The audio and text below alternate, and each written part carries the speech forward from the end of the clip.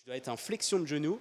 Et là, pareil, j'ai switché le pied et la cheville et je passe, et même mon genou, mon quadriceps ne sert plus à grand chose. Et on passe sur des pathologies dites d'amplitude, c'est-à-dire sacro-iliaque, bas du dos. Et c'est les coureurs qui vont vous dire quand je cours, j'ai mal au dos, j'ai mal au sacro-iliaque, j'ai mal au bassin. C'est des gens souvent qui ont une trop grosse amplitude de foulée. Donc, regardez la cadence. Vous pouvez regarder sur tapis de course. Moi, je le fais avec mes patients. On regarde de profil, arrière. On regarde un peu la fréquence de pas. On regarde où il pose le pied par rapport à son bassin. Ça, c'est important. Et voilà. Et la cadence, pourquoi c'est important? Juste, je vous donne...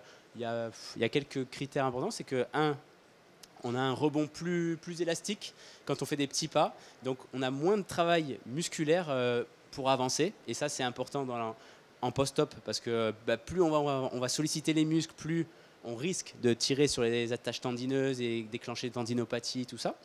Donc, rebond plus élastique, on diminue la charge musculaire, on améliore Ah oui, il y a moins d'oscillations verticales aussi. Plus je fais des grands pas, plus je fais des oscillations verticales qui vont augmenter la force d'impact au sol. Et nous, on veut diminuer la force d'impact au sol. Et tout ça, tous ces petits critères autour de la cadence vont améliorer l'économie d'énergie lors de la course. Et vos patients risqueront moins la blessure.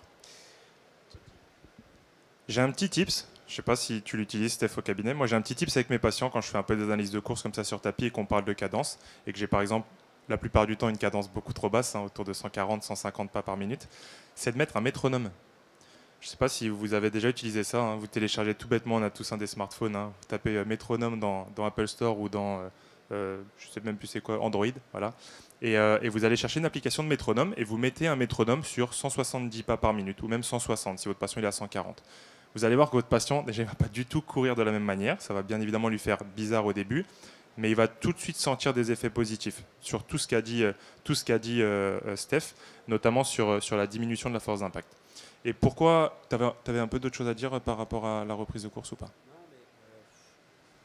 On peut aussi, c'est pas parce que votre patient a des douleurs que c'est grave, que c'est grave ou que c'est stop. On arrête la course à pied pour l'instant, t'es pas prêt.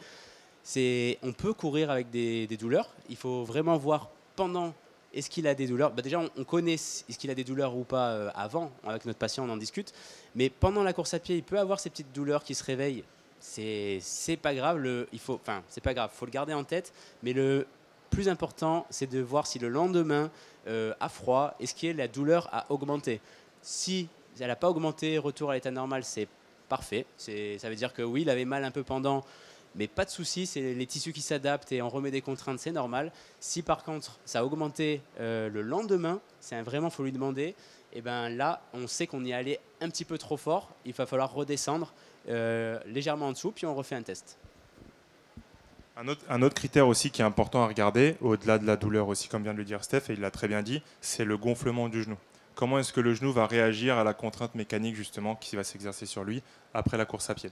Si votre patient il court, on va dire, la première fois, on va vraiment partir sur un cas clinique classique. Première fois, vous autorisez votre patient à reprendre la course à pied 3 fois ou 4 fois ou peut-être 5 fois, 1 minute de course, 1 minute de marche. Il n'a pas de douleur pendant. On va prendre l'exemple, il n'a pas de douleur pendant sa course à pied, tout se passe bien. Il vous dit nickel, ça s'est bien passé. Le lendemain ou le surlendemain, il arrive au cabinet et le genou, on ne va pas prendre l'exemple extrême, il n'a pas triplé de volume, mais le genou, il a regonflé. C'est-à-dire qu'il y a eu une réaction inflammatoire dans le genou. Et ça veut peut-être dire que votre patient, même si tous ces critères étaient au vert, il n'est pas encore forcément apte à reprendre. Ou que le 5 fois 1 minute de course, 1 minute de marche était trop dur pour lui, trop dur pour son genou, trop traumatisant pour son genou. Et à ce moment-là, on diminue un petit peu la charge. Et c'est OK de rediminuer la charge. Moi, j'ai des patients, on commence le programme, ils font leurs 3 premières semaines, et puis arrivé à la 3e semaine, ils doivent faire 20 minutes en entraînement continu le dimanche.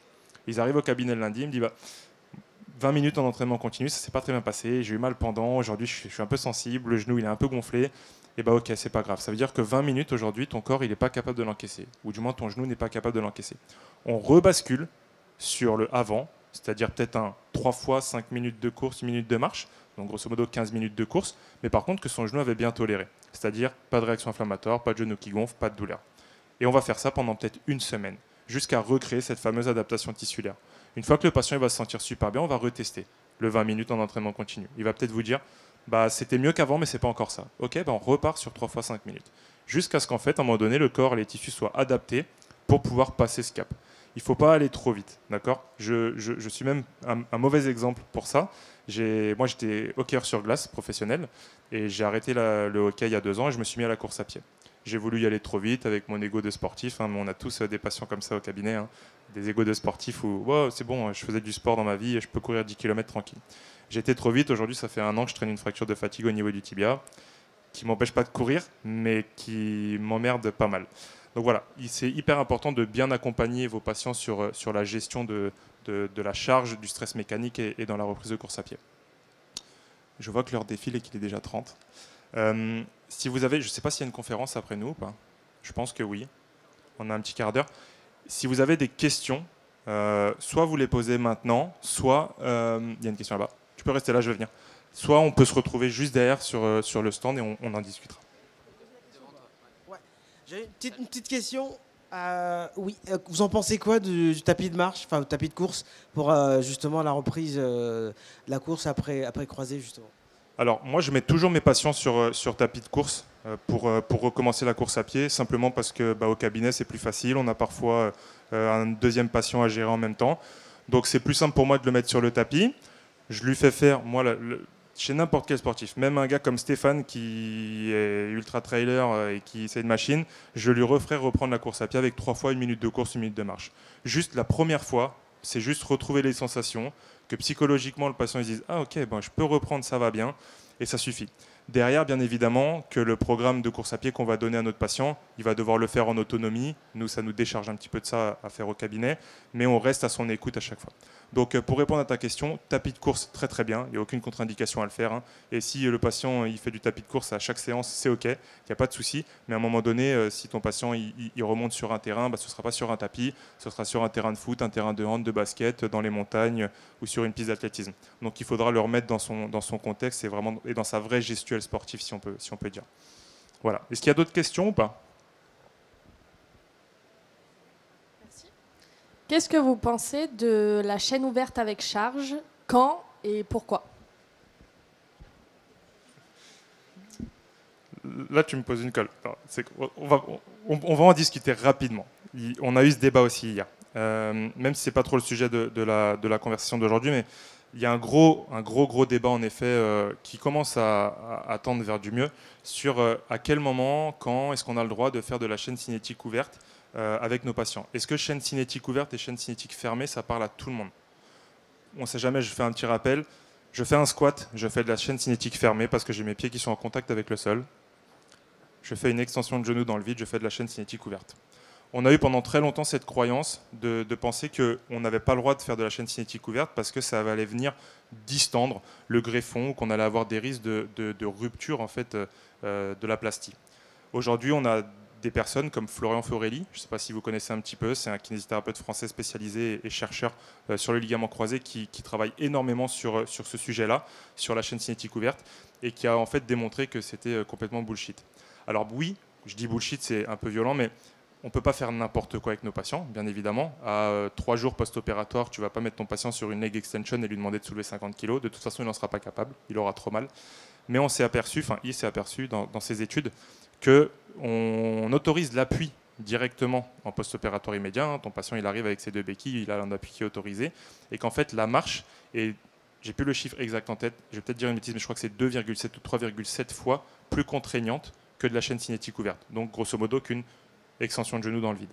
Donc, pourquoi est-ce qu'en fait, les chirurgiens et pourquoi les kinés, on autorise l'appui en post-opératoire et on n'autoriserait pas un patient qui est capable de faire une extension de genou dans le vide sans douleur de le faire. Voilà.